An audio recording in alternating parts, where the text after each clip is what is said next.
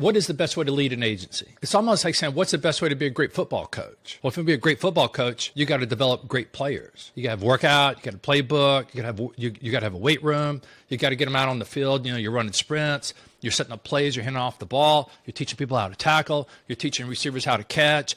Those are skills. I mean, so if you want to run a great agency, somebody has to be in the skill building business as well as the knowledge building business. Because when you look at it, what is the source of confidence? When you have skills, you know how to do things, and you have knowledge, you know what to do, you feel confident. When you don't have the skills, you don't know how to do it, or you don't have the knowledge, you don't know what to do, then you become apprehensive or you become nervous. And so if you want a bunch of really confident people that go out, knock on big doors, take big money away from big competitors, grow huge books of business, you need a group of really confident people.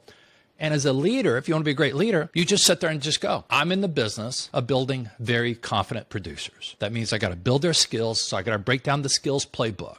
I got to teach them how to set appointments. I got to teach them how to win it. I got to teach them how to retain it.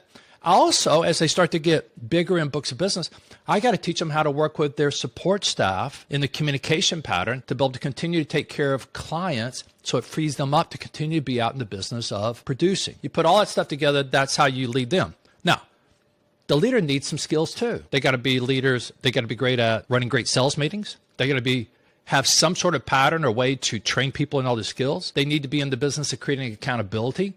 Because people get stuck. They get stuck on plateaus. They get up to, say, a $600,000 book of business. They feel really proud.